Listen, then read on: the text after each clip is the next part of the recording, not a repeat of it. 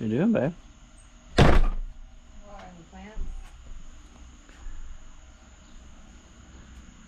I don't know if you can tell. It is a slicker out there. Good morning, boys and girls. Welcome back to Key West Waterman. My name is Aaron Young. It is a beautiful Key West day, and you guessed it, we're gonna go do something on the water. It rained and was windy for about a week and a half, maybe 2 weeks. Really crazy weather. We get a lot of rain in the summertime. Normally it's like afternoon storms. I mean, it just rained and rained and rained for days. But it's finally nice out. Got a little boat in the water. We need some fish to eat. My buddy Alex is headed over, so we are going to run out with the spear guns and see what we can find. It's calm enough to be a little boat kind of day. We are locked and loaded. You guys have met Alex before. It's been a while. He's been out with me a few times, but we've got guns and ice and all the gear required for a little dive sesh. The weather looks primo. Look at this flag. It's not even moving. What a morning.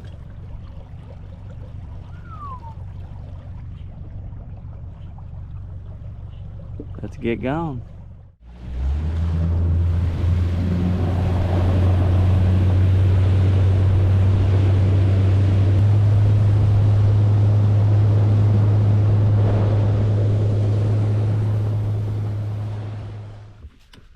Water looks pretty good. It is 10 feet. We're on our first spot. We're gonna hit some shallower coral heads and rock piles today, 10 to, I'd say maybe 20 feet max. I know a lot of you guys like the shallower stuff. I think it's maybe more relatable. I'm not sure. The shallower videos seem to do better, but that's where we're at. That's what we'll be hitting. Gonna hop in and see what we can see.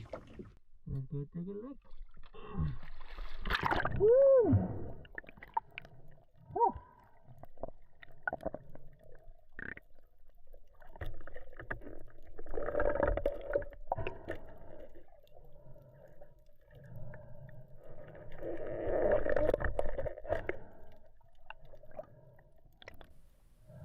Welcome back underwater, everybody.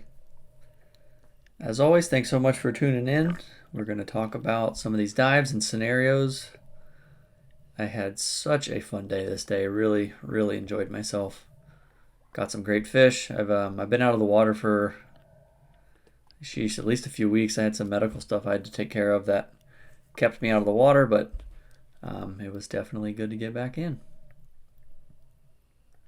I feel like a lot of people like these shallow water dives compared to the deeper stuff. I don't know. I think everyone's got their own thing, but I feel like these are a little more popular.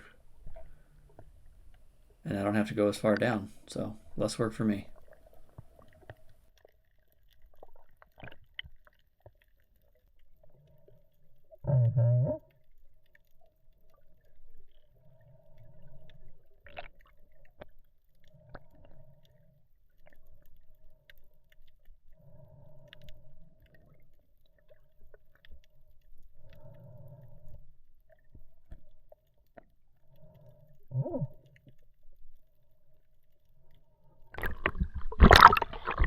Was that a mangrove or a grouper? There's a black, yeah. Oh, a little baby black. I couldn't tell. All I could tell was a silhouette.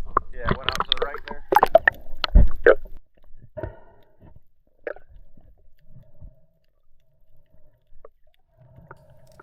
So as you can see, we're just hunting little rock piles, coral heads. The Keys have so many of these. It's funny. Anytime I post one of these videos, someone will message me. I know exactly where you are. You may, but I'm not exaggerating. Just around Key West alone, I probably have, I don't know, maybe 300 or 400 of these little rock piles. There are so many of them. They're all over the place if you know where to look. And the funny part is, or the interesting part is, some will hold a ton of fish and some will be completely empty all the time. And it just, I don't know if it's a matter of fish hanging around other fish or if because there's bait there, then you get the predators. But I have some of the spots that I've dove dozens of times and you don't see a single fish, and then some of them almost always seem to have something to shoot. But you just learn that from spending the time and checking them all out. But I'm getting to hunting. There's some decent mangroves around. I'm just waiting. You may have heard Alex's gun just go off. He actually located and won. First fish of the day. You get one of those mangroves? Nice. Yeah, I was playing with one. They're not bad.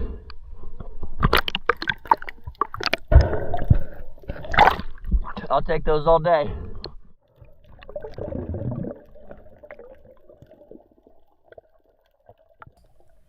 I had watched a decent mangrove swim in this hole. And you just barely, briefly will see his eye if you pay attention between where this little rock splits. Right there, you can see his eye just barely. Most of his face, but it's very quick. And I try not to shoot two bands, bigger gun, into a small hole like this. So I unload one band, and I go back, and he's gone. So the only disadvantage to this is if you do unload one band, you go to shoot in a hole and the fish takes off, which this fish did. You'll see out if you look out here in a sec. Now I don't have the range. There goes that mangrove. He took off. I've got one band, so I don't have the range to get to it. So I decided to abort. And that one lives to see another day. So this one happens quick. I'm going to slow it down. I had just turned my camera on. You'll see a big mangrove swim into this rock. If you missed it, rewind it. It's the bottom, kind of bottom right of the screen. So I swam into that coral head. Same thing. I unloaded. I try to be conscious of what I'm shooting into. You hate to just throw these shafts into all the corals and whatnot, but that's why I unload one band. Two bands that short of range is just complete overkill if you're shooting into a hole.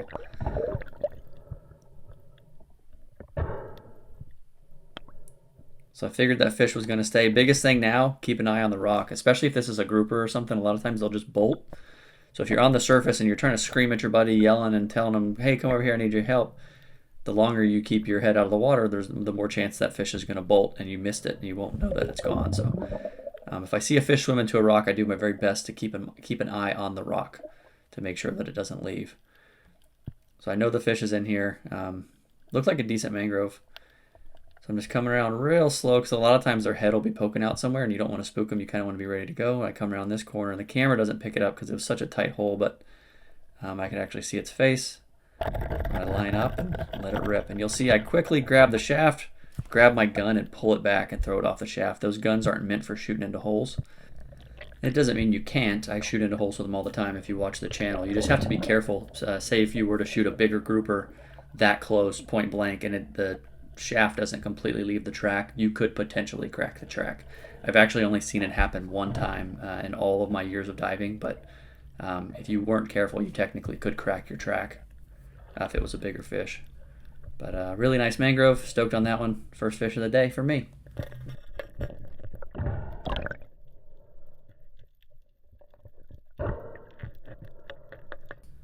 And I've actually been filming lately all this weather and I've been out of the water. I've been filming a lot of beginner videos for spearfishing. Everything from tying bands, going over open track and closed track, chest loading, even minor stuff like attaching a slip tip. Some very, hopefully, in-depth, helpful videos. I've been working on those, so I'll hopefully be posting them in the upcoming weeks. And I'm going to make a Spearfishing for Beginners playlist. So I've got this mangrove. Curious, is a decent one. I was just kind of being greedy, waiting for something else. I really didn't want to shoot it straight into this rock. So I'm waiting for it to get on either side of the rock, and you can see it's just going back and forth in front of the rock.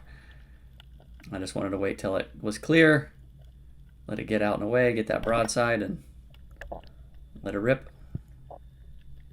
And I got that shot that I like.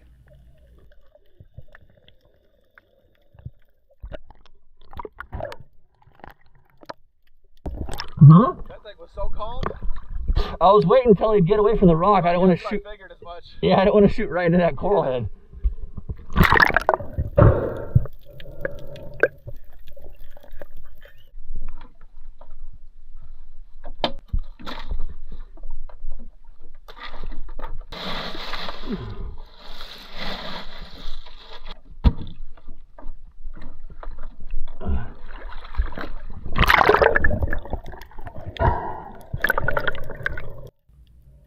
So I put those fish up, went to the other side of the rock pile. I hadn't checked this area yet, but as I pulled up, there was a ton of life a lot of stuff buzzing around. So I do a drop on the outskirts and just want to kind of crawl into it.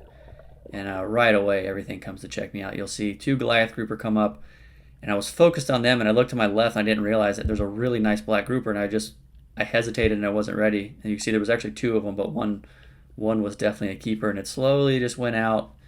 And I waited there a sec to see if it would come back, and it didn't. To be honest, I wasn't expecting to see that grouper there, and it caught me off guard, really. I'm only in 10 feet of water. But yeah, that was kind of neat. You don't see them very often in the shallows, but you do from time to time. I mean, I've shot them up to 20 pounds in 10 to 15 feet of water. So I know this fish is going to stay in this area. This is obviously its hiding spot, so I get to work sticking my head into holes. And I actually saw, it doesn't pick it up right here, I could barely see a grouper tail in that crack, and I couldn't tell which one it was. It ended up being the smaller one. But I'm poking around just trying to locate them. I know with this much bait, this much life and structure, I know those grouper are going to stay here. So there's 2 Goliath. When I first pulled up, I was looking at the They're right underneath me. I was looking at them, and then I turned to my left. There's 2 blacks sitting there, and then I hesitated because I was like, "What?" Wasn't expecting to see them, but I'm pretty sure one was legal. I'm gonna go get the flashlight. So I had located the smaller one and confirmed that it was the smaller one. I borrowed Alex's light and poked my head in here, and you can see the pectoral fin of a really nice one. And I didn't want to look too long because I didn't want to scare it, and I didn't have my gun on me. So went over, got my gun. Again, took one band down because it's a really short shot. I don't want to crack the spear, drive this through the rock. This is a 52-inch gun, so it's got quite a bit of power. And when I come back down, the fish had shifted just enough that it was fuzzy. The light is directly on the grouper if you can't see it. It was just fuzzy enough, and I hesitated for a second, and right when I pulled the trigger, that fish kicked forward, and I hit it really high on the back and in the tail. Right when I pulled the trigger, he took off forward, and I hit him in the tail. I think it came out. Dang it.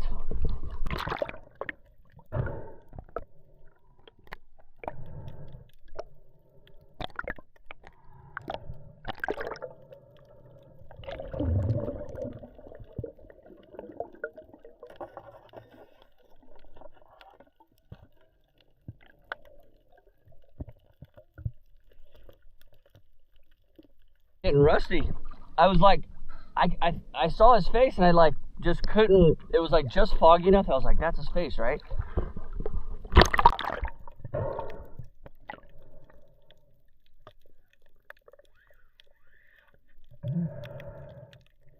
So we looked around for a few minutes. Alex was up top when I had taken that first shot. He didn't see the fish leave. If you're ever shooting a fish in the hole, it's good to have your buddy up top watching. That way, if it does dart and shoot out, you know which direction it went. But took a few dives, and I finally located it. It was in a really tight crack, and I'm going to put an arrow on this. All you're going to see is brown and a tiny bit of white where the fish's neck is. He was very, very tight, and I thought I had a good broadside shot on the side of the face, and I just somehow fluffed it and completely missed. You could hear the fish take off. The shaft did not stick in the fish. When I shot, I held the shaft forward, and I have no excuse. I guess I missed, or maybe just nicked it. But yeah, I was pretty bummed about that. I really hate injuring fish. I knew I shot it in the tail, so it was probably fine, but I was not thrilled about that. What is happening? I literally just shot it right in the face. Yeah, it sounded like it almost came off but stopped.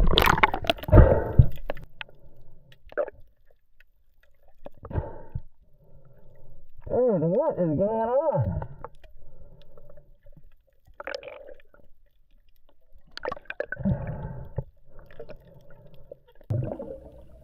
So after that, I'm not exaggerating. I probably took 20, 25 dives on this rock pile trying to relocate this thing. And I'm thinking it darted when me and Alex were chatting on the surface.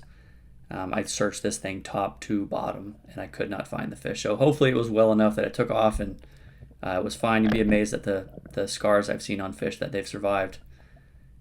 Doesn't make me feel any better. I really hate injuring fish, but I like to think that this one made it out all right. Watching the video back, I definitely hit it high in the tail, which isn't going to be a fatal shot, but still, don't like injuring fish. I'd be lying if I said this one wasn't still bothering me. I plan on going back to this rock and see if I can locate it.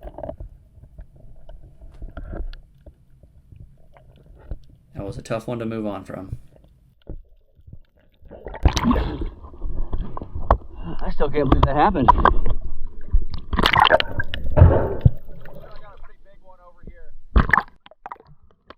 So we swam to the front of the boat. This little section has like 3 or 4 separate rock piles on it. I tried to just anchor right in the middle of them. And we swam over to the next one, and Alex said he saw a decent grouper. So I was headed over to give him a backup. So I saw a really big tail come over. There's another bigger rock pile. Looks like there's some roots over here. Okay. I think I saw something pretty big. Gotcha. That's Goliath. It moved with it. I gotcha. So if you couldn't hear what Alex said, he said saw another big grouper tail over by this rock pile. It moved with intention. It wasn't acting like a Goliath. The Goliaths are pretty lazy. The black grouper are pretty spooky. They're going to take off a lot of times. And I'm going to slow this down. I poke my head in this crack, and if you pay attention very closely, you'll see just the pec fin in the shadow of a really nice grouper sitting there.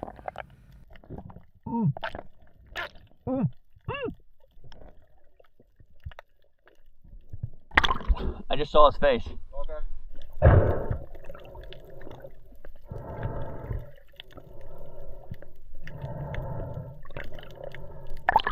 I'd use your light.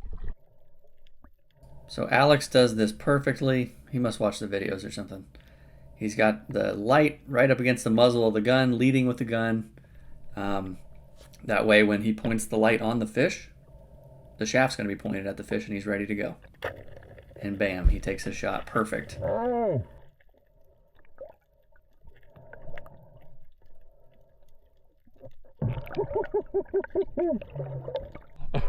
I heard that. Yeah. Some people like to mount the light to the gun. I personally don't like it permanently affixed to the gun. I prefer to have it in my hand because if it's on the gun, then I'm constantly having to look with the gun. And while I'm just searching and I don't know if a fish is there, it's a pain to constantly have to move the entire gun to every little hole. So I personally like to have the light in my hand. Is it, Well, it's definitely still on there. is it big enough where you can get your hand behind him? I think I can. Okay. But I just, it was kept jamming, and I didn't want to put my arm in there and have him like Yeah. stab me. No, I got you. But I'm definitely on there. There you go. So I wanted to drop down and just take a peek and see if I could share any insight. I've definitely pulled my fair share of fish out of rocks, and you can see the grouper's head sitting there. It's too big to get out of that crack with the shaft in it sideways like that. The way he's sitting, you could almost brain him if you're familiar enough with it. Oh yeah, I could try. Whatever. I don't want to like ruin your game plan. If you think you can get. It's actually not bad, because at least it's not too Yeah.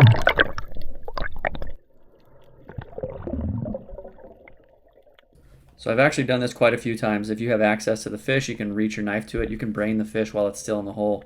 And that way you're just removing a dead fish instead of still having to fight a fish that's trying to get away from you or resist.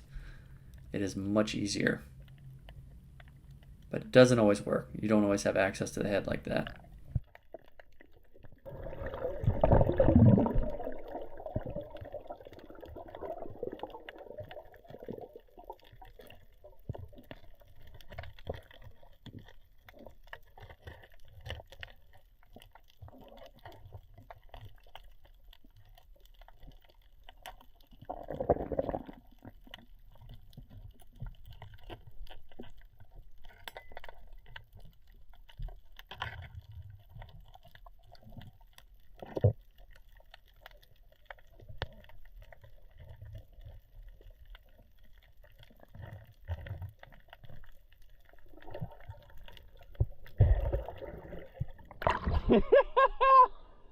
Nice, dude. Give me some. Look at that thing. I don't know if it was the commotion or what, but we had just secured Alex's fish and another nice grouper showed up. And I probably could have taken a shot there. I'm always just a little reluctant in shallow water. I feel like they always look so big in shallow water, and I felt like it was big enough. I just wanted to be sure. So I let it hole up. And typically if I can get a better, closer look at their head or tail, I can tell pretty close how big they are. Alex, can you bring me your light when you get a sec? I think this one's legal.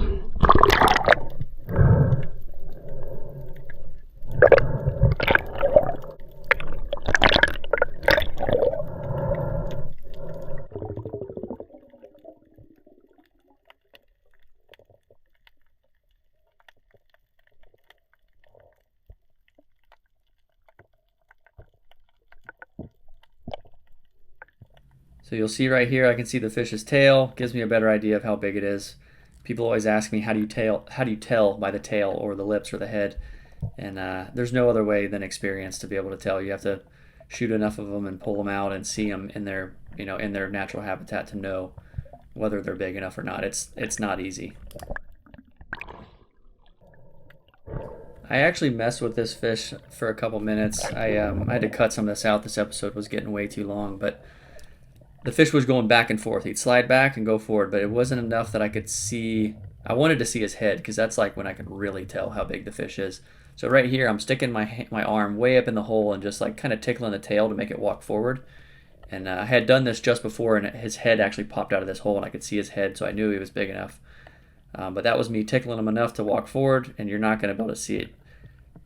Can barely see his lips. I could barely see his lips. I don't think the camera picks it up at all, but got just enough of his head sticking out and laid a shot at him. Pushed the shaft down, pulled the gun off the shaft. That way it's not shaking that track, and got a good shot in it. But it was a pretty tight spot, so I had a good feeling I could get it out. I can always, for the most part, get a fish out. I think I've only ever in my time left one grouper in a hole. So just trying to catch my breath. I don't want that fish to sit down there and suffer. I'm only in 10 feet of water, so it doesn't take as long to breathe up here. So get back down. You can see pretty open. I put my hand down in there. I want to get behind the grouper's head on the other side of the shaft, make sure that I can feel the flopper through him, and then I'll slowly start to pull him out and try and turn him. And luckily it came out pretty easy. Grabbed it right by the mouth there, the lip.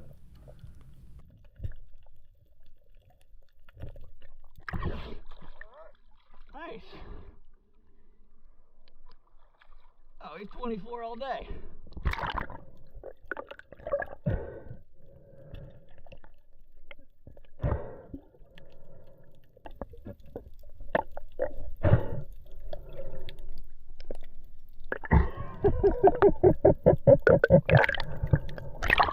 Ten feet of water, baby. Oh yeah.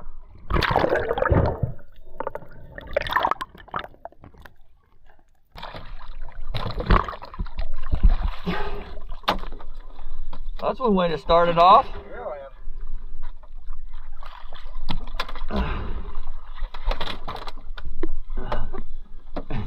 Look at yours, dude. That's a good fish. Yeah, it is. A great fish. My first black. That's your first black? Yeah. No, for real? I've gotten a lot of reds, so I've never had a black. Oh, I didn't know that, dude. Congrats. That's amazing. Dude, look at this. Look at this start to the morning. 2 grouper, 10 feet of water, got 2 big mangoes, 3 big mangoes, right? Yeah, I mean, yours 2 were big. Mine was okay. I had a shot on another, I can't believe how many grouper are here. I had a shot on another legal grouper, and I don't know what it was. I've been out of the water for 2 weeks. I'm feeling rusty, that or I'm getting old. I lined up and my eyes just weren't focusing, and I could tell what it was, and like, I don't know, I just hesitated. It was weird. And the second I pulled the trigger, the fish went forward and I hit it really high on the top of the tail, and it was barely held on at all and just came right off. But we did get some second opportunities there. Beautiful, delicious grouper, 10 feet of water. Heck of a way to start the day. And Alex's first. Alex's first black grouper. That's amazing. So we need fish, so we're gonna cruise on, check another spot. This is the first spot.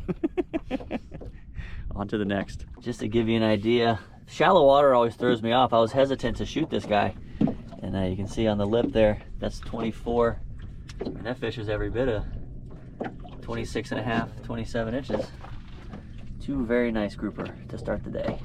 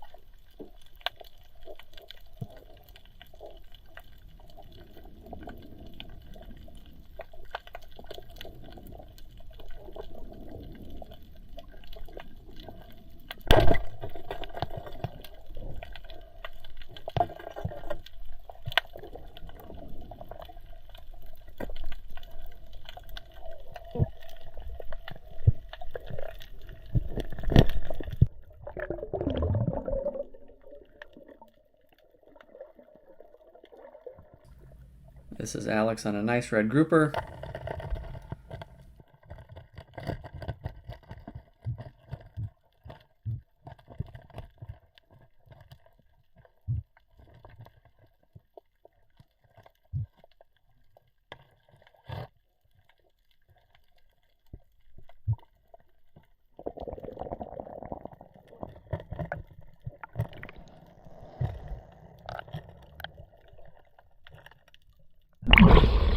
Nice. It worked out for me. Something I do just to be safe. See how crazy he went? When I shoot that close to a hole, I grab my gun and throw it out so the shaft comes out of the track. I did notice that it didn't. Yeah. Yeah, it didn't come all the way out. You hear him like clanking. If you get a really big fish, it'll rip the track out. Because these guns aren't really made for shooting up close like that. But Right. just to be safe. But nice, man. Thanks.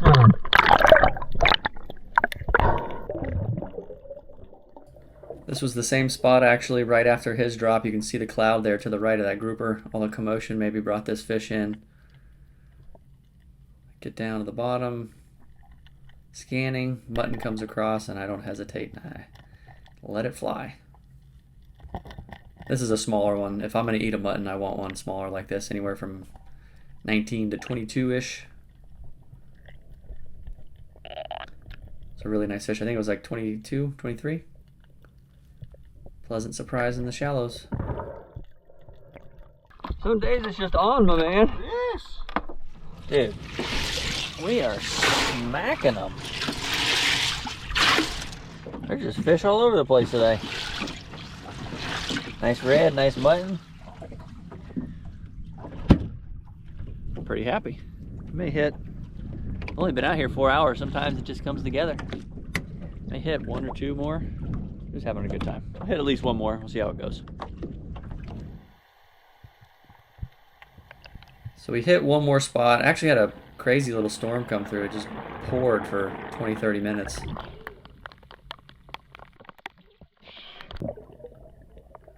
And to keep YouTube land real, I think we hit a total of 5 spots, about 5 hours of diving. I know it looks like we shoot a fish every single drop on these videos, but that's just not the way it goes. But it was a great day, I won't argue that. This was the last spot.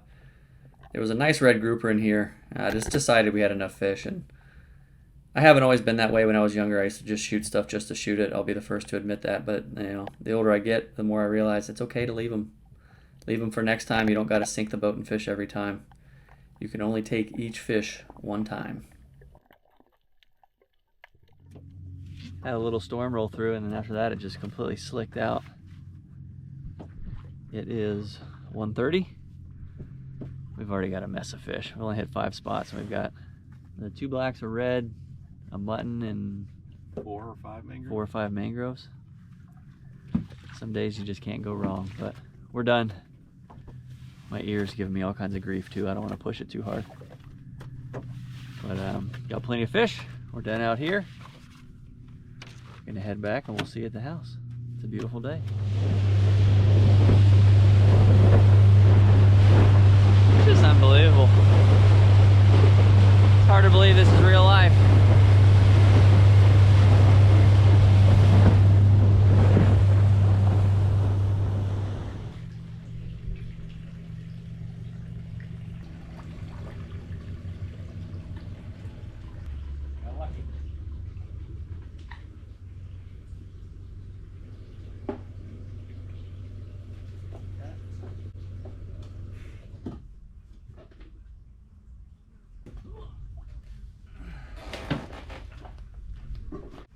Not bad. 5 hours in the shallows. Little boat. Alex got his first black. Not a bad day. I had a great time.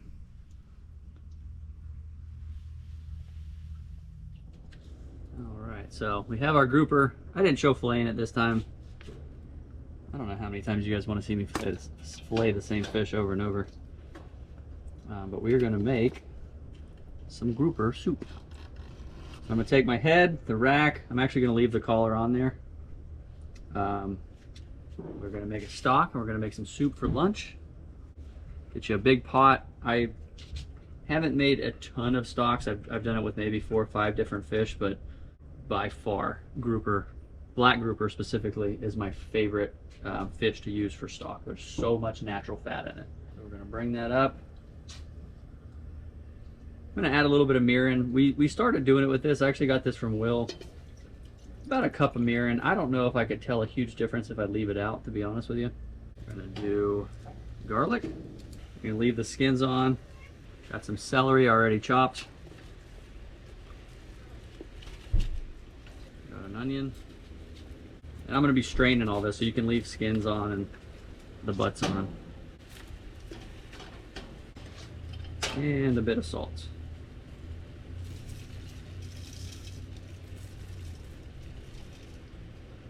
All right, so we're gonna add some water.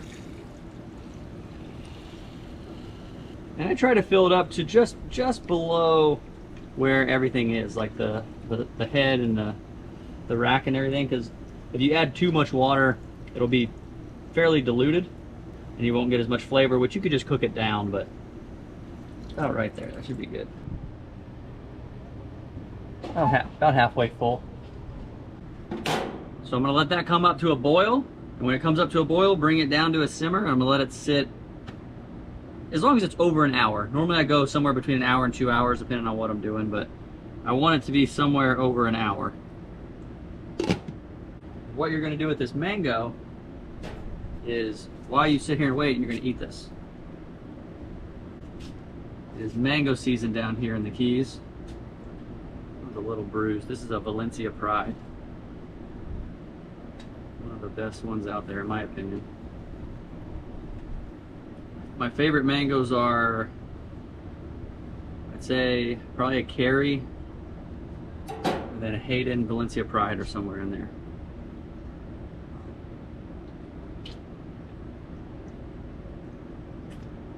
Mango never gets old, ever.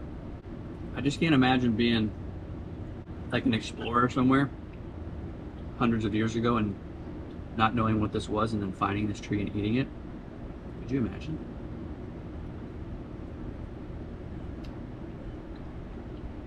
What, Pearl? What do you need? All right, so like I said, up to a boil, down to a simmer, and I'll see you guys in a little over an hour.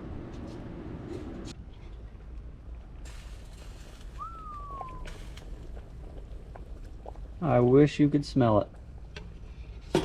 So that is good to go. You can take that off heat.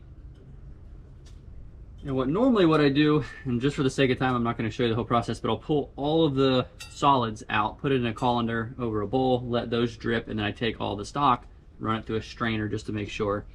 But essentially you have to strain the entire batch, but I'm hungry, Madeleine's hungry, so I'm just going to pull out just enough right now just to make lunch.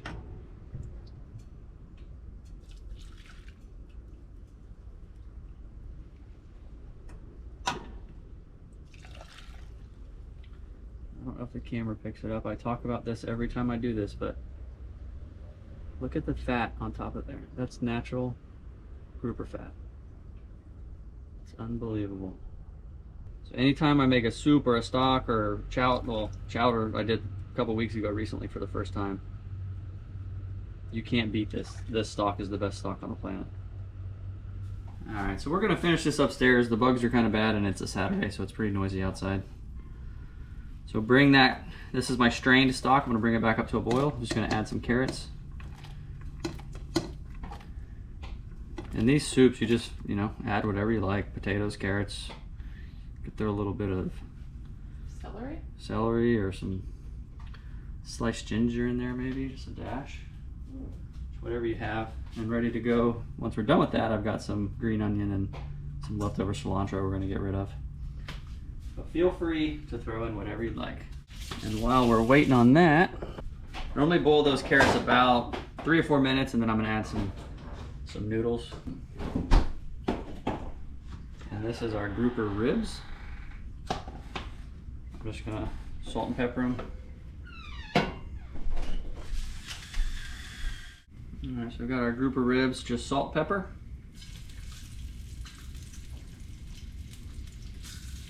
We're just gonna pan sear these and then pull the bones out.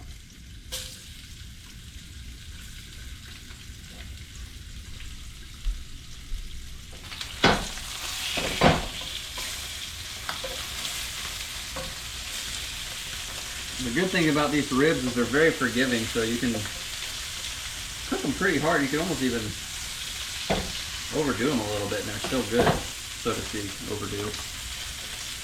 But you see nice crispy edge on there. A lot of fat in there.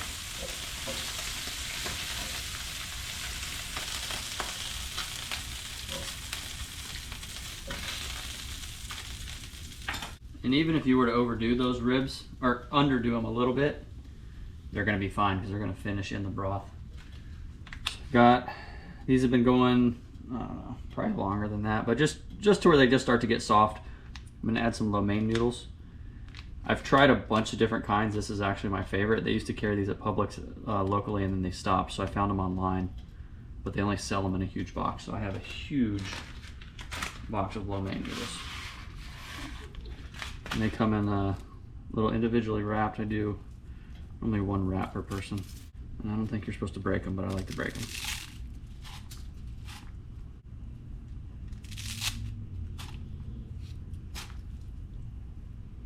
And those do not take long because they'll finish as you're letting your soup cool down in your bowl. They'll still finish to cook, so I normally only boil them for about 3 minutes.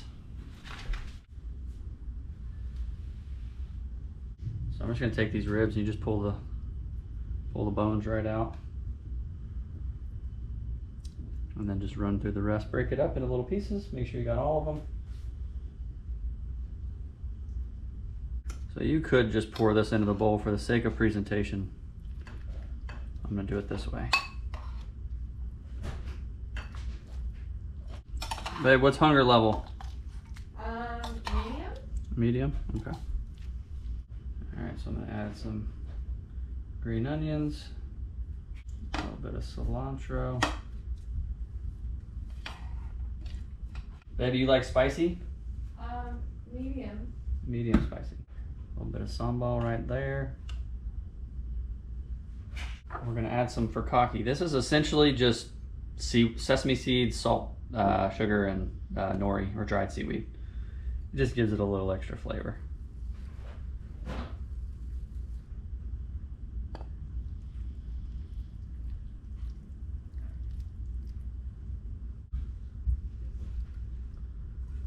All right.